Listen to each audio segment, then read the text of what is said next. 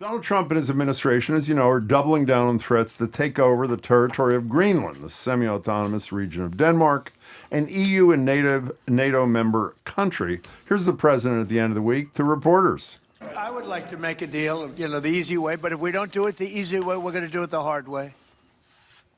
I can't even. Joining us now in Studio 3 is Rufus Gifford. He's the former U.S. ambassador to Denmark during the Obama administration, chief of protocol of the United States during the Biden administration.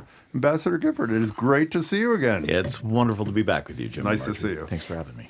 Why does chief of protocol sound so last century to me now? It is a little less. Honestly, it's kind of hilarious because we're now an administration that has thrown out every protocol, every rule, every protocol that we've ever known. Yeah. So ultimately, the way I describe it is you are essentially you are responsible for all of the engagement between the president and his foreign counterparts. Not on the policy side, but we run all the state dinners, all the state visits, both incoming and outgoing. I was going to ask this at the end. Have you spoken to Biden since in last year? I saw him most recently in December. How is he? In December? Yeah. How is he? I think like all of us, it's a tough 2025. You mean health-wise? Health-wise, he's doing great. Truthfully, how many F-bombs did he drop about Trump? I will say I think it's for people like Presidents Obama and Biden. The last year is it is hard to take. It is very hard to take. Well, they're not alone. We're talking to listeners. I think people are like beside themselves. At least people that listen to us and call us. Sure. But explain to people. You were in Denmark for how many years were you in Denmark? 3.5 years. Mark. Second term Obama. Okay, so explain to people what the relationship is between Denmark and Greenland. Between Denmark and Greenland. So Denmark and Greenland, as Jim mentioned in the lead-in, Greenland is a semi-autonomous territory of Denmark, which means that, and over the years, essentially, they've achieved more independence. In essence, they have what they call home rule right now. So all domestic issues, economic issues, healthcare, those kinds of issues are really governed on Greenland by the Greenlandic government. But the kingdom, meaning Copenhagen, still controls foreign and national security policy. And this is one of the reasons why Greenland is a member of NATO, because Denmark is one of the founding members. So national security policy, according to Trump, that is the reason for national security reasons. We need to either the easy way or the hard way take over. Ownership is an important thing, he says. We'll play that sound in a minute. Where's he wrong? Sorry, I get overwhelmed when I hear this. It's so clueless. It's so reckless. It is misunderstanding how NATO works. It's misunderstanding international law. How is it wrong? So ultimately, take what he says. He says that that Greenland will be Russian or Chinese if we don't take Greenland. Now, the absurdity of that is that if, God forbid, Russia were to attack Greenland today, 5 years ago, 30 years ago, what would happen is Article 5 of NATO would be invoked, and the entire alliance would be compelled to respond and defend Greenland from a foreign attack. And so that isn't whether Denmark is the protectorate of Greenland or the United States is. That actually doesn't matter. And on top of that, guys, and I know this has been reported over and over again, but Greenland, we used to have 17 military bases on Greenland since the end of World War II. It was in American estimation, we decided to scale back our military presence there over the years, and in particular at the end of the Cold War. And if we wanted that military presence back, you know who would welcome us with open arms? The Danes and the Greenlanders. Yeah. But I think this national security argument is a complete smokescreen, guys. I really do. What a smokescreen for what? The way I use it this is my example. There's Venezuela and Greenland have nothing in common except for two things. One is natural resources, meaning oil in Venezuela, rare earth minerals in Greenland.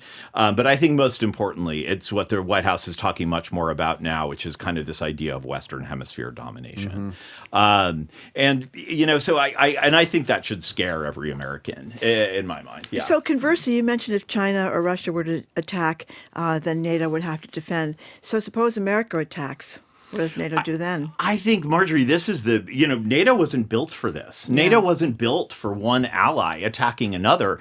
And so it's very hard for me to think about how NATO survives following a hostile takeover of some sort of a NATO ally. It is because theoretically Article 5 would be invoked, but we would have veto power over Article 5. So what happens then? It would be it's unthinkable from the beginning of the alliance, of course. The last thing I think is actually really important to say, too, is this idea that it's good for American national security. The reason why I think that's more bogus than any other argument is simply because of the fact that if you destroy NATO, the most important alliance that the modern world has ever seen, in my mind, all you do is empower Russia and China. Russia and China. So you have a fractured West, an empowered Russia and China. How does that make any American more safe? I think it's ridiculous. So if it's as obvious as you put it, and I think Marjorie and I could not agree more, even though we don't know nearly as much as you do,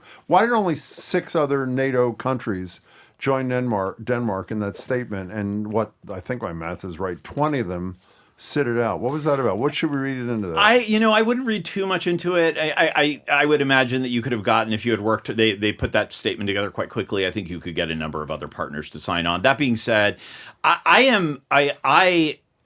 would love to talk about the domestic politics of this because I think we need to do a lot more domestically, and I think we have more power than we know on this.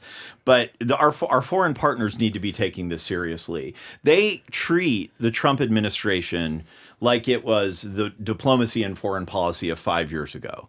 And Donald Trump, love him or hate him, has rewritten the rules of global politics, global diplomacy. And you're going to need to respond differently, in my mind. And I just don't think our European partners are starting to come along and starting to speak with a more aggressive voice here. But they're going to need to stay unified, and they're going to need to push back against the Trump administration aggressively. Well, the reason they allegedly don't push back, from what I understand, is because the fear is that Trump will take it out on them by doing even less for Ukraine, which obviously matters to them much more immediately than it does to us. Well, let's play that out, Jim, though. And this is I've heard that argument a lot. So the Europeans don't stand up for Greenland. The United States takes in some hostile action Greenland. NATO is then fractured, doesn't exist anymore. I would imagine the Europeans would be much more concerned about that scenario than doing all they can to stand up NATO, strengthen NATO, frankly, wait out the Trump administration on this, and ensure that we have this alliance in the long term, the medium term and the long term. So you draft the statement of last week. What should the statement have said that it did not? I honestly I thought the statement was fine. I'm tired of tweets and statements. I'd like some action that is connected to it. Well, I don't know that we need it yet. I just want to be sure that what would I like? What would I like? I'd like to see all NATO members standing arm in arm in Nuuk and saying that that we respect the sovereignty of the Kingdom of Denmark and we expect all of our allied partners to do the same. It's something like that. But I am absolutely committed to ensuring, and I'm only one guy with zero political power right now, other than my megaphone. We need to all be articulating the stakes here and all getting as many Americans to understand how important this is, even though they don't really understand necessarily what Greenland is and whatever. Well, it's not just how important this is, in my estimation. We were going down the litany at the top when we were quoting M. Gessen in terms of their concern about our institutions not being able to catch up to the speed of the turn towards autocracy here. I mean, until he had a phone call with the head of Colombia, the guy was a sick guy, we're going to take over Colombia. Marco Rubio is going to be the new head of Cuba. Depending on the day, he's upset with Claudia Sheinbaum. You don't know if he is or not. We have Maduro. We have Greenland. We're locked and loaded to bomb Iran. I mean, it is... And one of the, I would argue, not that I've seen recent polling, other than being tough on immigration because they're all rapists and murderers, as we know, every undocumented person, it was his statement that I'm going to get out of these foreign entanglements. Right. Those are the two things that got him. Well, of course, that he's going to fix the economy on day one. That's why he's president of the United States. Yeah. I don't know what you're talking about. I mean, he solved 8 wars. He obviously deserves the Yeah. Nobel Peace. Did you read this weekend that the Nobel people actually felt the need to speak up and say that Machado cannot transfer the Yeah. Nobel Peace Prize to Trump? It stays with her forever, is the thing. Yeah, I think that should be obvious. You know, We're talking to Rufus Gifford, former ambassador to Denmark under Donald Trump, under Barack Obama. You mentioned before, Rufus, how Trump has said that if we don't go in there and take over Greenland, Russia, or China will take it over. And then he says, while he's a big fan of Denmark, the fact that they had a boat land there 500 years ago doesn't mean they own the land. I'm sure we had lots of boats go there also. I thought that was so bizarre because, of course, that's what we used to do, land boats, people. Remember the people came over here in this Santa Maria, Christopher Columbus and all that came here, and other people have gone in other places, boats, and claimed countries. I mean, it's such a bizarre thing to say. What do you think about his Mental state. Yeah. It is very hard, again. Like, I think his justification for sort of deserving Greenland, which is kind of this kind of spoiled brat style diplomacy, which is, I need it, I want it, I'm going to have it.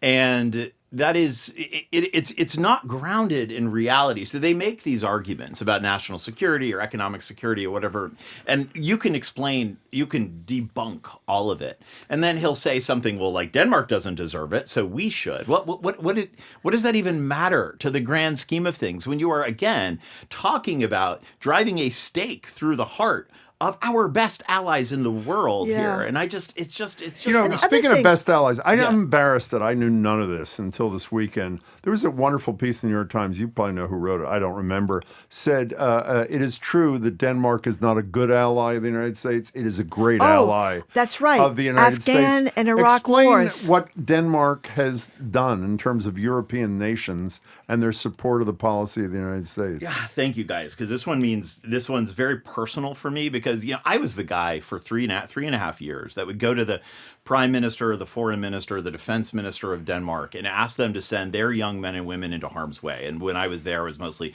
counter ISIS missions. It was after Afghanistan and Iraq, but they, without hesitation, said yes. They are a small country of under 6 million people, smaller than the state of Massachusetts. But they, as we like to say in diplomacy, punch above their weight, but don't just punch above their weight, are actually a global leader on these issues. They love nothing more than the partnership they had with the United States of America. Yeah. And they don't ask for much. This is the thing. They don't ask for much, but they ask for respect. They ask for truth, and they ask for honesty. And they're just simply not getting it from us. And so I describe it kind of as like the stages of grief. They rely on us. They love us at heart. But they see the way they're being treated, and they're very sad, but they're now becoming very, very angry. And so they lost more people per capita in Afghanistan than any country in the world other than the U.S. Yeah, I get the most heartbreaking things, and I've shared some of this on my social media. I get these messages from Danish soldiers, and this one that I posted. So the end of it said, "A soldier never forgets who stood by his side.